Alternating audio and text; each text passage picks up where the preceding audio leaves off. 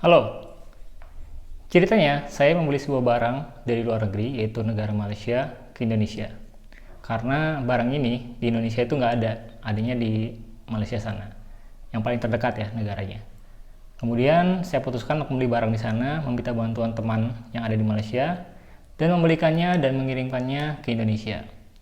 Dan ini adalah video tentang bagaimana proses pengiriman barang dari Malaysia ke Indonesia menggunakan jasa DHL. Barangnya sendiri nyampe Indonesia itu lumayan cepat, cuma 2-3 hari. Ya karena negaranya juga deket ya. Dan juga pengirimannya juga lewat udara. Cuma harganya emang agak sedikit mahal dibandingkan dengan jasa pengiriman lain.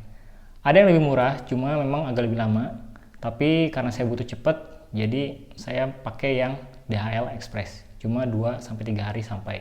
Untuk jasa pengirimannya sendiri dari Malaysia ke Indonesia itu saya kena 111 ringgit Malaysia, sedangkan harga barangnya itu cuma 164,5 ringgit Malaysia.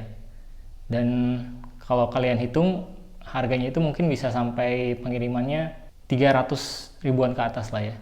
Dan untuk harga barangnya sendiri nggak nyampe 600 ribu.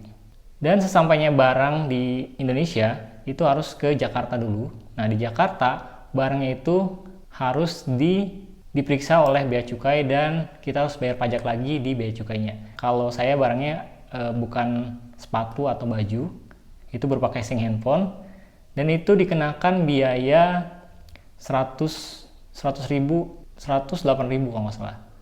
Dan kalau bisa dipersentasekan itu pajaknya itu kena di 17,5%, atau pajaknya itu 7,5% dan PPN-nya itu 10% dan nggak kena PPh. Kecuali kalau misalkan barangnya kayak baju, sepatu, mungkin barang elektronik lainnya, itu pajaknya beda lagi.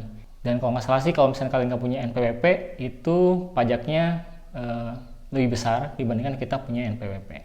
Nah setelah sampai di Indonesia, saya dapat notifikasi berupa SMS dari DHL-nya, berupa link untuk membayar pajak di Indonesia. Nah saya tuh kena di 273.000.